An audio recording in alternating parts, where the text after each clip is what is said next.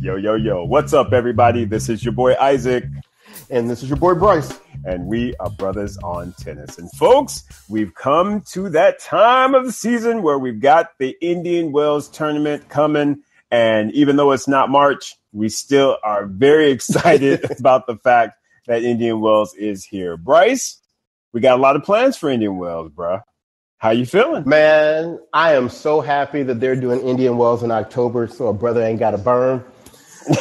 Because, you know, sometimes Right? it'd be a little steamy out there in March, you know, and so I took a little look at the weather forecast, and it's looking pretty good in the low to mid 80s. I can deal with that. But yeah, yes. To what you were just saying, we're going to be out there for a grip. We're going to be out there from the second day of the tournament all the way through the finals. That's exactly right. And it should be a blast. And luckily, we got the draws out, so we're able to kind of look at that and talk about that. And I have to say, man, it's a pretty good looking draw on both sides. Oh, absolutely. And just to recognize, you know, this is the last year that Indian Wells is going to do this janky 1.5 week type tournament. Yes. They are expanding it to a full 2 weeks next year. I believe they're expanding the draw as well. Mm-hmm. I may be wrong about that part, but right. They're definitely expanding it to 2 weeks next year. So we'll probably have, like, you know, the majors, you know, the qualies on the weekend coming in, and the tournament will start on Monday, and we'll go for a full 2 weeks. So it's a good deal. Yeah. Yeah, I think they're embracing the fact that they are considered, them and Miami are considered to be the fifth Grand Slam, or the next tournament outside of a Grand Slam. So they figure, hey, well, if we been put in that air, I guess we might as well take the 2 weeks forward. Right. And I want to get to Miami. I want to see the Miami tournament. Indian Wells, you know, it's cool. I like it. For some reason, I've just never been so overblown by Indian Wells as everybody else seems to be. But it's cool tournament. But I definitely want to try out Miami for sure. But yes, right, so let's talk about. Well, before we get to the draws, let's go ahead and mention a couple of things. Let's talk at least about last week's results, because we did have a couple of tournaments that happened that were pretty good. Okay, I don't have those in front of me, so you'll have to lead that. I can lead that, brother. No worries. First of all, we got to give shout out to Gael Monfils for making it to the finals. Once again, We're showing, you know, he's showing that his game is coming back into form. And even though he didn't get it done against Yannick Sinner, it was still, in my opinion, a really, really nice week for him. So I was very happy to see him make the finals. And kudos to Yannick Sinner for being able to, you know, get over the hurdle and get himself yet another title. Wink, wink, FAA. So, you know, he needs to, you know, keep that going. I like Sinner's game and where he's going. So. Well, and I'm going to piggyback on some of that. I think we've slowly been seeing Gael kind of get back, having deeper and deeper runs in these tournaments. And although he fell, you know, shy just one match of taking a title, this was still progress. And I think I even sent him a message on social media saying, you know, good work. You know, you're definitely getting there. So don't know if the marriage thing is making this work or not, but it's good to see him back in the later stages of tournaments. As for Sinner was like, look, I ain't no joke out here. I'm out here trying to do my thing, trying to get my ranking up. And, oh, by the way, yes, wink, wink, FAA. Sinner out here defending titles now. Not winning titles, defending titles. Yes. Okay, I just want to make sure we understood the significance of what that win was.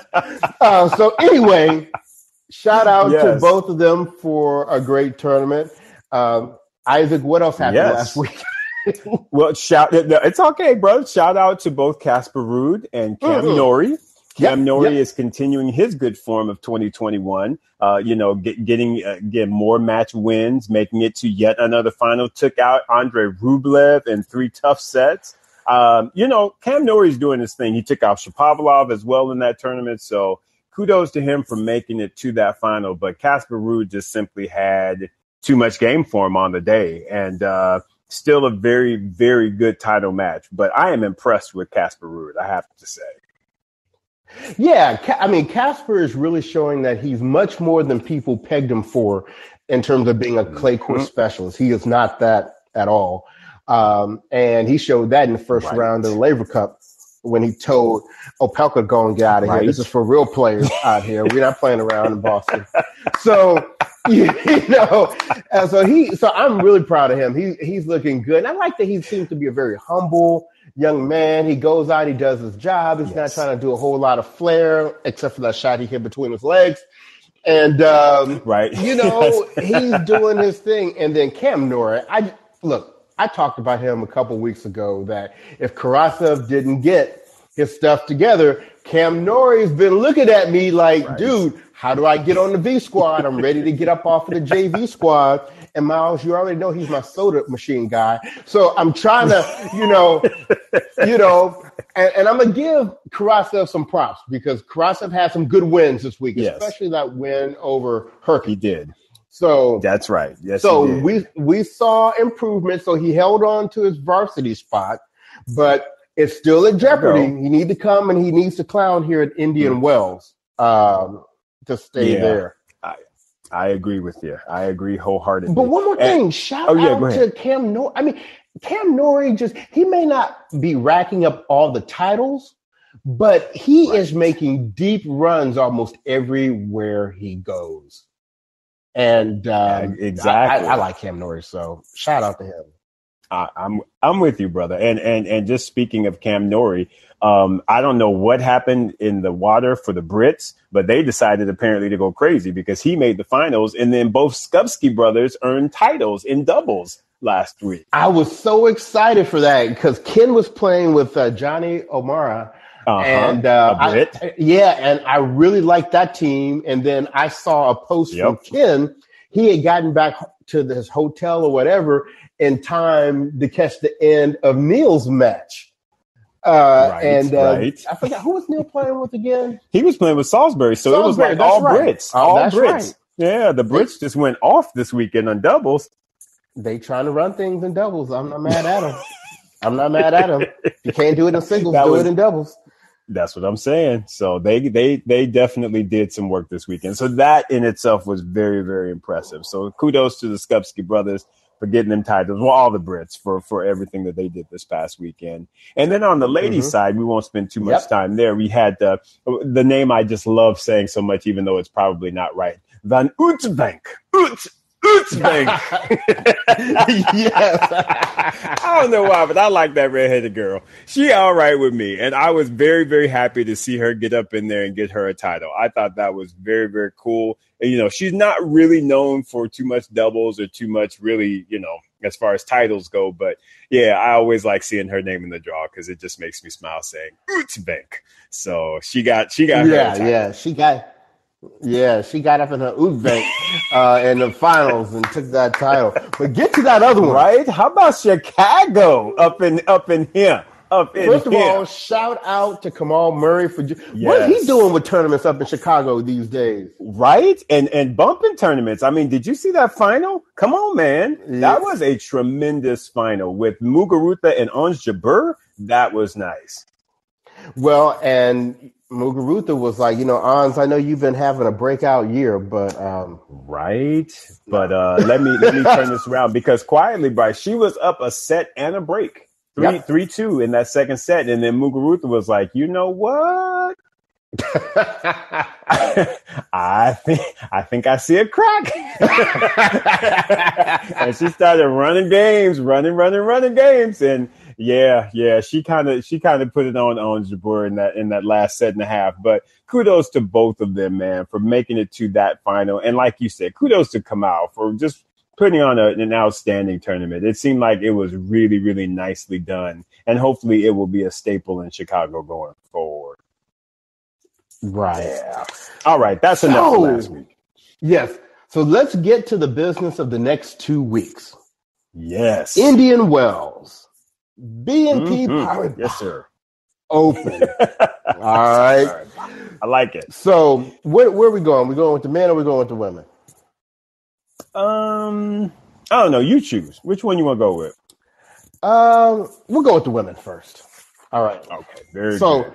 We got the draw for the women last night, and let's take a look at some interesting just folks we see in the first round. Shout out to Katie McNally for getting a wild card against Zhang Sai. Yeah, not sure how that one's going to come out for you, Katie, but good luck nonetheless. We're looking out for you. That's right. We got sister girl Sharif is right there, and against Kovanic. I don't know. I guess that's a winnable match, potentially for her. I think so, potentially. Yeah. Shout out again for another sister girl. We got Katrina Scott, who got in as a wild card against Amanda Anisimova. Yeah, it could be interesting. Yeah. USA. Yeah, you always got an opportunity against Anisimova because you don't know where her mind going to be at when she get on the court. So that's unfortunately very true. Yeah, if them ground strokes talking, it might be a short day for Scott. But if her mind ain't right, Katrina may have a shot. That's right. I'm excited about another wild card. We got Miss Kim Clijsters back in the mix. Yes. Who mama out there? And she's playing Siniakova, which is not going to be an easy match because we know what she does. Yeah, her draw is not easy. Let's just be clear, because then after that, whoever wins that has to play Kerber. And you know what? I feel better about her playing Kerber than I do against Siniakova because at least with Kerber, she's familiar with her game. Right. Siniakova, she might not be ready. She might not be ready for that one, but we're going to have good thoughts for her. That's right. That's right. Of course, we can't have a major tournament without some black on black crime. So we got Sloane Stevens and Heather Watson playing in the first round. Yeah, I saw that. That was very disappointing, but you know how it goes. We're going to go for the Americans, so come on, Sloane. That's right. And then just another interesting first-round matchup to me. I don't know if you find it interesting or not, but, Madison Keys got Kaia Kanepi. Oh, yes. Two big hitters. Come on. I saw that one immediately. That's the popcorn match, in my opinion, because you got two ladies who can hit the ball. But I'm already predicting that Kanepi's going to come out of that simply because Madison was already kind of – no, I'm serious, though, but she hurt her wrist in that last tournament. So – to me, even if she's quote unquote healthy, there's still going to be that mindset of, ooh, how's my wrist going to hold up, especially against Kanepi, who can hit the felt off the ball. I just don't know that Madison is going to be either mentally or physically ready for what Kaia Kanepi brings to the court. So, and then whoever wins got to play Pavlyuchenkova. So it's a tough draw. Oh my goodness. So looking at this draw though, like you said, let us acknowledge the obvious, right? So clearly at Indian Wells on both the men's and the women's side, we're missing big names, right? So for the women, we're missing both Williams sisters. Also, we are missing Ash Barty. We're also missing Naomi Osaka. And there's probably some other ones in there that we're missing. We're missing COVID. We're missing our COVID friend, Sabalenka. Oh, that's right. For those of you that did not hear, Sabalenka actually got to Indian Wells and tested positive for COVID, and so she had to pull out. So,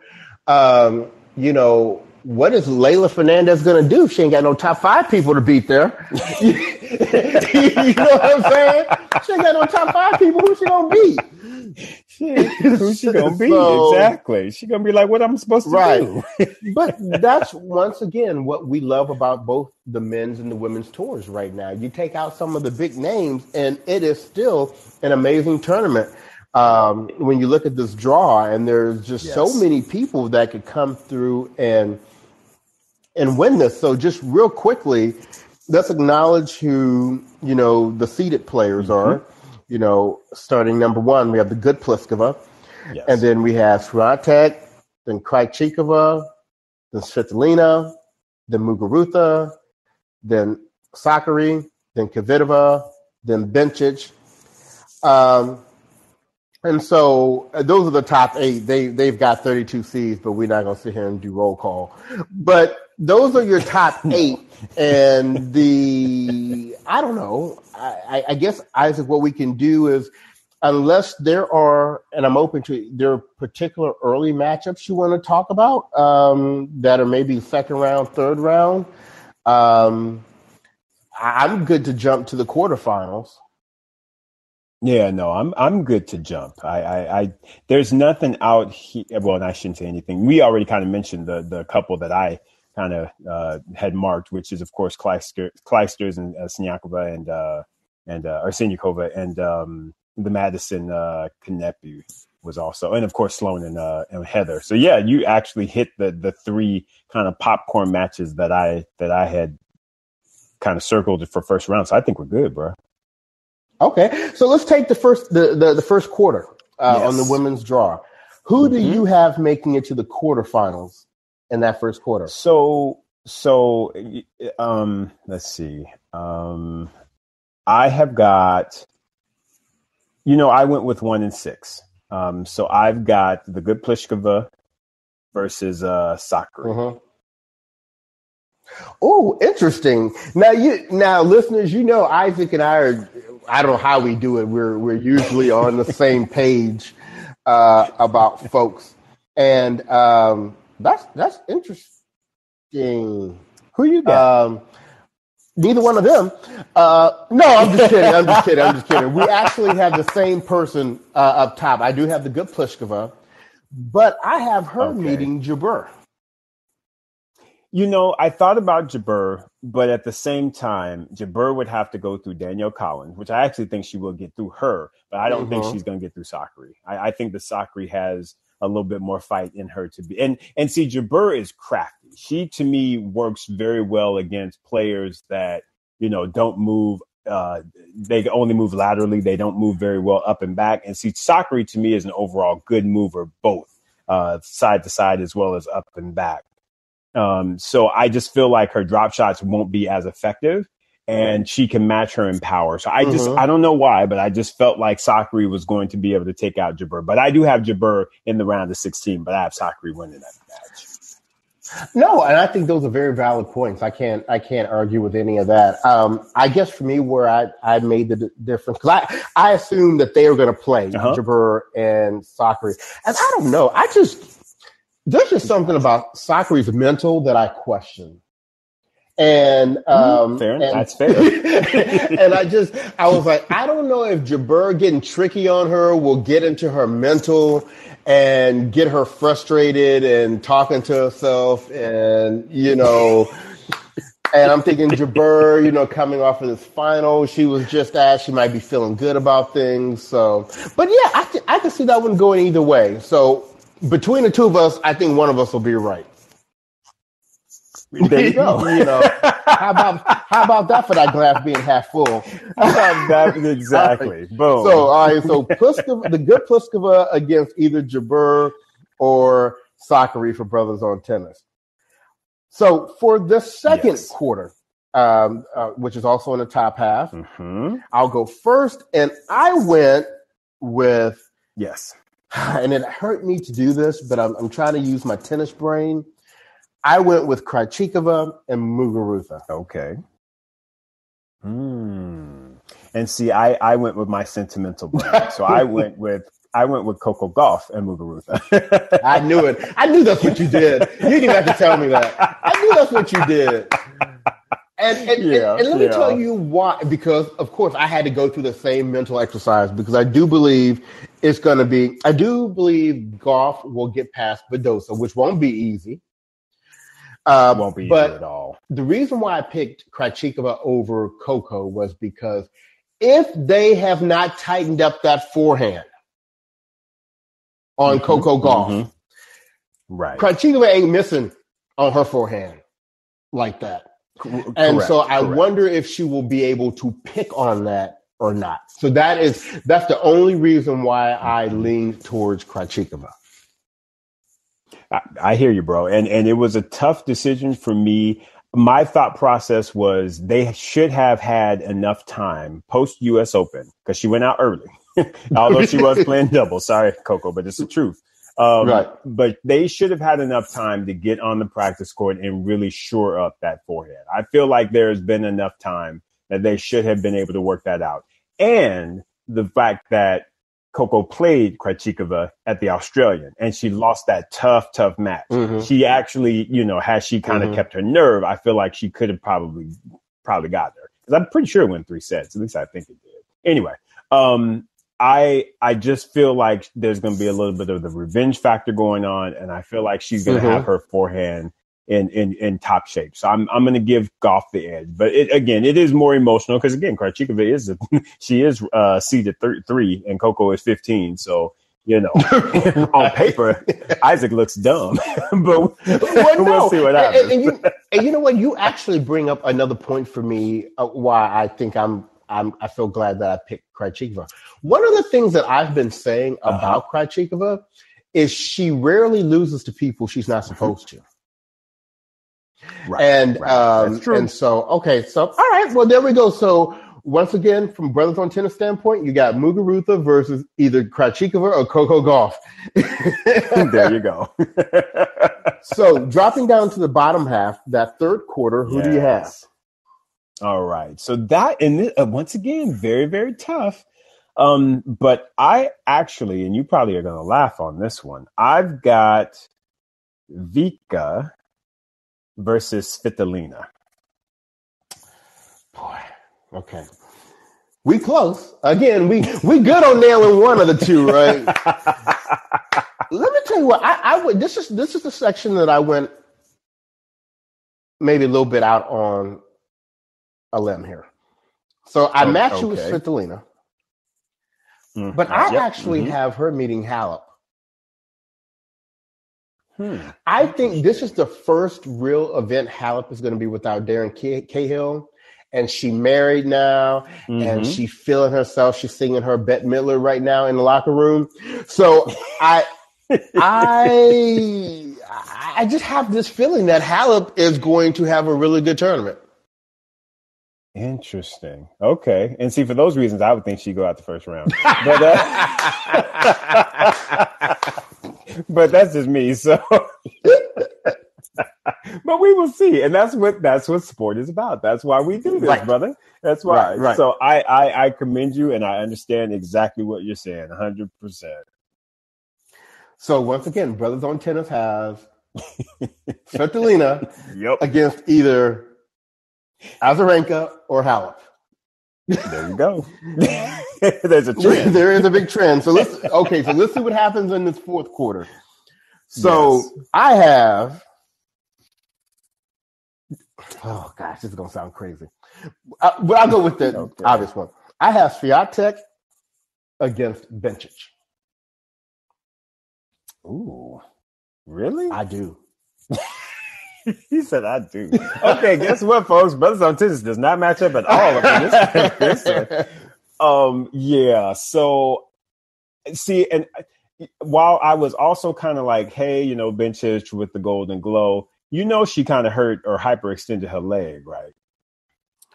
I did hear that, yes. Yeah. So that was actually the reason why I did not go with Bencic, because I was actually surprised to see her in the draw because she was all teared up and had to, pull out. And so for me, for her to be 100% right, it would be surprising to me based on how I saw her go out. You know what? I actually forgot about that.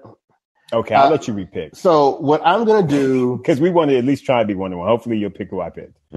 Okay. Oh, actually, no, go ahead. Okay, so I am going to actually pick Pavlyuchenkova. Oh, damn it. Oh, sorry. That's who I picked. Oh, okay. Yeah, I'm going to go with her. Okay. I'm going to go with her. Yeah, and yes. I am going, my pick was Pavlyuchenkova versus Rybakina. Now, don't you remember Rybakina just had to retire? I do, but I still feel like her retirement should be all right. Okay, so Brothers on Tennis, we have Pavlyuchenkova against Swiatek or Rybakina. Exactly. All right. There you go. So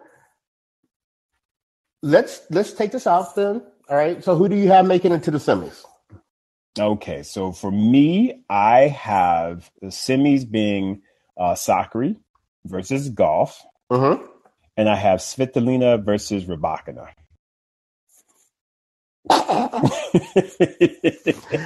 Who do you have, sir? I have Jabeur versus Muguruza, and then Halep versus Swiatek. Wow, this is like, okay, folks, y'all don't understand. This is like a serious event right here. Bryce and I are like never off, at least not all four off when it comes to the semifinals. This is a first. I don't know that this has ever happened. Well, one of us got to be right on something. We can only hope. Got to be right on something. I mean, neither one of us picked like Raducanu or Leylah Fernandez or I know, right? whatever. So if they come through again, then we're just gonna look like we don't know what we're talking about. Well, but it's there you go. It's how the tour is right now. So it's all good. All right. So considering we're completely different, who do you have in the finals? Yes. So my finals is, once again, I have Sakari versus Fittalina. I have the two head cases. I don't know why. I feel like they're going to just get their mental right and they're going to come through and make the finals. I have Muguruza against Halep. See, yours is more traditional. That's a logical pick right there. That's logical. See, I'm picking the head scratches. And funny enough, because like I said, you was all up on Sakari for her mental. I actually have her winning this tournament. Do you? And I have Muguruza winning the tournament. Gotcha. Well, there you go. Well, you know what? I'm keeping this sheet here because I am going to be looking to see how this one comes out. Yes. It's going to be interesting. Now, I have a feeling on the men's side of things that we're going to be a lot more on the same page. Oh, yeah. But before we jump to the men, I want to make an announcement. Listeners, you know how we do. You know how we always got to bring some sounds to you, right? So we have pulled together a playlist for the Indian Wells tournament. Matter of fact, we just put it out there and we're going to start promoting it tonight or tomorrow morning. And there's something that makes this playlist, though, a little more unique than the other ones we've done in the past. Yes, is it still something that you could put on in your car and bang and go and do your thing? Absolutely. But what the difference is this time is the lead-off track is a song called Jump Into Life that is sung by none other than your brother, my brother on tennis, Mr. Isaac Gardner. Isaac, tell us about Jump Into Life, the lead-off single for Brothers on Tennis, Indian Wells playlist. What's that song? What you talking about, man? Man, yes, folks. So I was able to finally check a box that has been kind of out there for my entire life, all 50 years of it. So on Friday, October 1st, I released my first ever musical single. It's called Jump Into Life, as Bryce mentioned, and I'm really excited about it. It's a bucket list item. I can actually now say that I'm a recording artist. Yeah. How about that? No, but I'm pretty excited about it, bro. I mean, it's been fun, the entire process of writing the song and getting into the studio, recording it, the whole bit. So I'm just over the moon about it being out there, and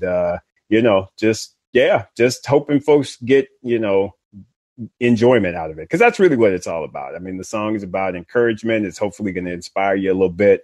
Whatever you're going through, whatever battles you have, whatever you're carrying around, just don't give up. Don't give up. And the thing is, I like the message of the song. To me, fits so well with the return of Indian Wells. Yes. And so, folks, if you haven't listened to any of our playlists before, you want to listen to this one. And you ain't got to get far to get the Isaac song because it's the first track. Because it's first one. So we will, on social media, we'll be putting links up for your guys' convenience. We're on Spotify. We're on Apple Music. We're on Tidal. So, we know y'all got one of those. Come on. You got one of them. So anyway, just wanted to make that announcement. And once again, congratulations, Isaac. That's a major, major milestone. Oh, thank you, my brother, and thank all of you. I appreciate you. All right. So let's get to the men's draw, okay? So we'll start off with the seeds, and once again, just acknowledging people that we are missing this year. So we're missing Novak. We're missing Roger. We're missing Nadal. We're missing Dominic Thiem. We missing somebody else? Mm-hmm. Am I missing? Seems like I'm missing somebody else. But at least we're missing those four. We're missing those four. Yeah. But Dominic Thiem doesn't have to have wrist surgery. I don't know if you saw that. So I did see that. So that's really good news. So hopefully he'll be back sooner than later. Yes. But what we do have, these are our top 8 seeds. And we have Medvedev, Tsitsipas, Verev, Rublev, Baratini, Ruud, FAA, and Herkic. And Isaac, doesn't that list just read like next gen? It absolutely does. It reads like that is how, once the big 3 retire, that is the top 8. And there are going to be, of course, others scratching to get there, which they are in 9 and 10, quite honestly. But yeah, to me, it's perfect lineup. Yeah. So once again, we missed big names, but we still have an amazing draw here. So let's do what we do. Let's look at some interesting people that we have in the first round. I just want to call out Cincinnati guy, JJ Wolf, first round against Novak supporter Pospisil. So yeah, hopefully JJ Wolf can put it. Yes, hopefully he can. So I will. Hopefully I get a chance to see that match. I'll be out there with my little Cincinnati shirt on. There you go. Also, in the first round, always got to follow our bruh. Tiafoe against crazy Benoit Paire. What are you thinking, Isaac? Yep. Oh, it's going to be a good matchup. It will be a very, very good matchup because, Benoit crazy. Francis always kind of likes to, be a bit of a showman as well. So I think it will be a crazy match, but hopefully if Tiafoe is focused enough, he should be able to get through that match. All right. Now, this one is maybe a little more personal to me because it's one of my JV people versus somebody who sentimentally I've kind of grown to appreciate a lot more. And that is Stevie Johnson. Obviously, he's not the JV squad guy. And Davidovich Fokina. And that's going to probably be a little scrap. I think so. I think it's going to be a good battle. I feel like Davidovich Fokina is coming into his game a little bit more, though. So he should be able to get the W on that one. But Stevie is not going to make it easy. And the fact that it's in his backyard. So, hey. That is absolutely.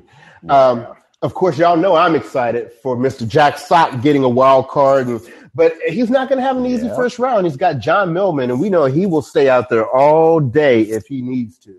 All day, bro. Yeah, that one I definitely circled. That's going to be a good match. That's actually the one I want to see. I want to see them go at it and see who comes out of that to then play center. Right. Well, Jack should have the weapons to get past him, though. He should. But he's got to be on, though, because like I said, Millman is that backboard. And like you said, he'll stay out there all day if necessary. Mm-hmm. Keeping with the wild cards, we got Andy Murray against Mannarino. So I guess Mannarino's leg is right from Wimbledon now? I would think so. I mean, it's really not going to matter, though, because Andy Murray is – I'm sorry, Andy Murray. If you get a fresh Andy Murray, it's tight on you. You get Andy Murray like the first or second round, it's going to be tight on you. You just need to hope that his hip locked up in that third round or something. I'm just saying. Oh, my goodness. Those are the ones that I identified. Were there any other kind of early matchups that caught your eye?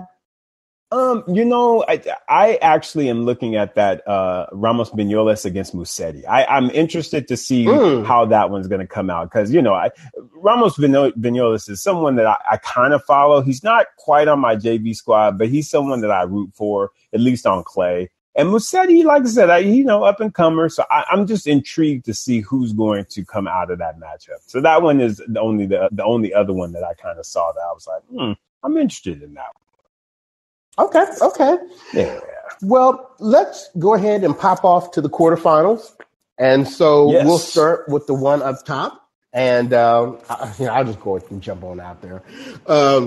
For that first quarter, I definitely have Medvedev coming through. It don't really matter who's in this section. But believe it or not, I have Karatsev coming through. And I'm going to go ahead and defend it real quick because Shapovalov, something still ain't right with him. So I'm not sure what's going on, but I don't know that he's right yet. And then really the big seed in his section is Herkic, who he just beat last week. So I think his confidence will feel good about that. So I'm going to go ahead and support, my as of today varsity guy on my squad. What you thinking? That's that. Well, okay. So first of all, I might as well just let you talk through this segment because my quarters are very easy. I picked all the top 8. So, and here's what I will say. And I love Karatsev, but I'm worried about him getting past whoever's coming out that first round. Because Bryce, again, I just don't know if, I don't know if his mind is on contract negotiations or what, but I'm just not quite sure about how his game is right now. Well, this last week gave me confidence again. It gave me a little bit, but then how Grigor kind of stepped up, I was like, well, wait a minute. You took him out at the Australian. Why are you having such a difficult time getting fed? Well, but just be honest, Grigor kind of retired in that match, so that's true. That's very true. He may would have gone out there at the Australian Open, and that's what Grigor was trying to let him know. So right? I wasn't gonna hold that one against him. At least he got a breadstick on him. So I was like, okay, I'm good with that. That's good enough for me. That is very true. I guess for me, I appreciate you staying with our boy because I'm just kind of putting him on the shelf a little bit until 2022 because I just don't know I don't know where his mind is at. I just feel like he needs to get his merch and all his deals. He needs to work all that stuff out and then come back on tour looking geared up and be focused on tennis again. Because I don't know. Mentally, I just question whether or not he's really there on the court. All I'm going to say is if he doesn't make it to the quarterfinals, he's going to start off 2022 on the JV squad.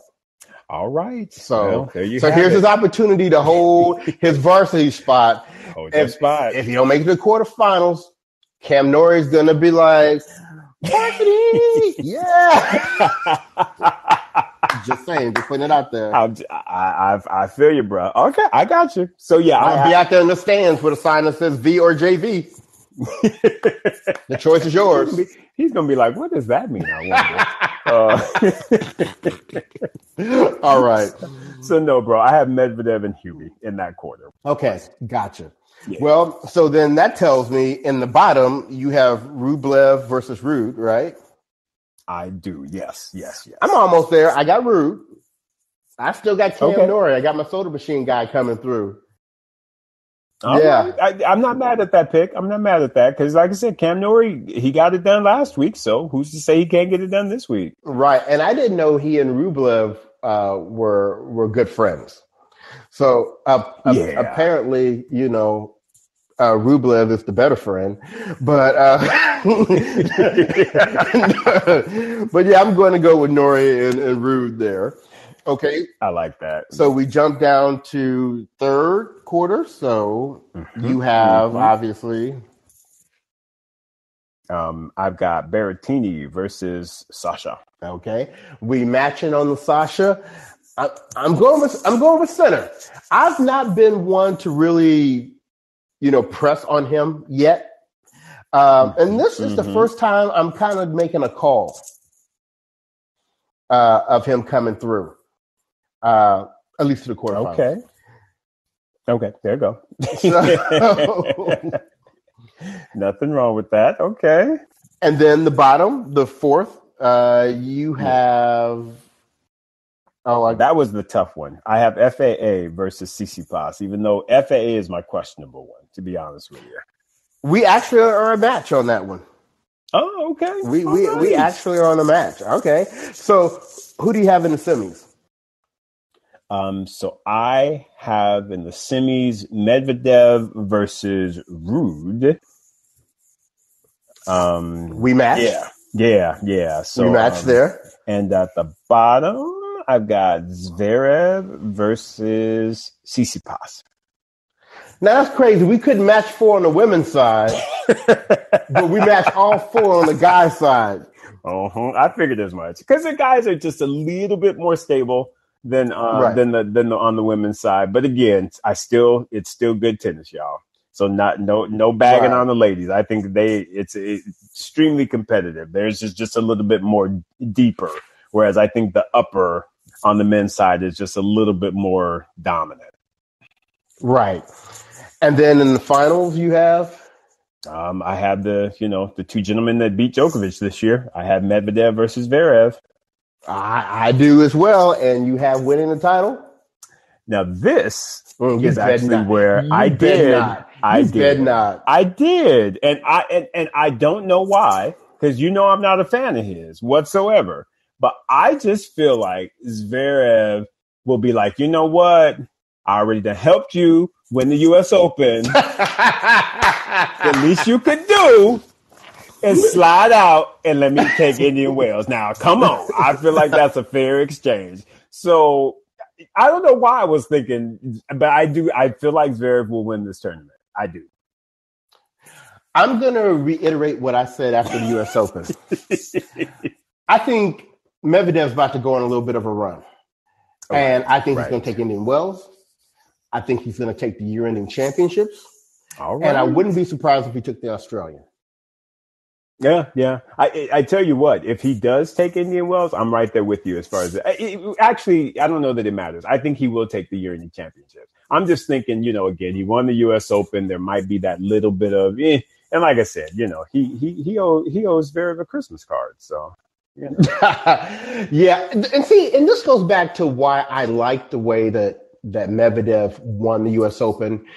I like that it wasn't his first final. I like that he had already lost to Djokovic in a final earlier in the year at the Australian. I like that he had lost in a U.S. Open final already when he lost to Nadal. So when he finally won, it felt like you're supposed to win now. And so that has gotten me feeling like I'm not so sure that we're going to have the letdown. I was kind of feeling the reverse, kind of like, okay, that's what I need. And even like what he said at Laver Cup, like he didn't play for like 9. He didn't pick up a racket until that Monday of the week of Laver Cup. And he said he always thought he needed all this practice going into his matches. And he was like, shoot, I guess after you win a major, you can just get out there and do it.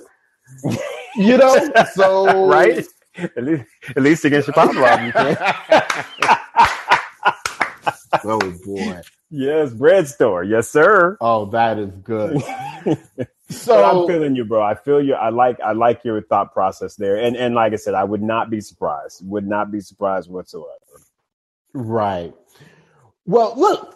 Like we said at the beginning of this, we are going to be out there from the second day of the tournament, which is this upcoming Thursday, through the finals.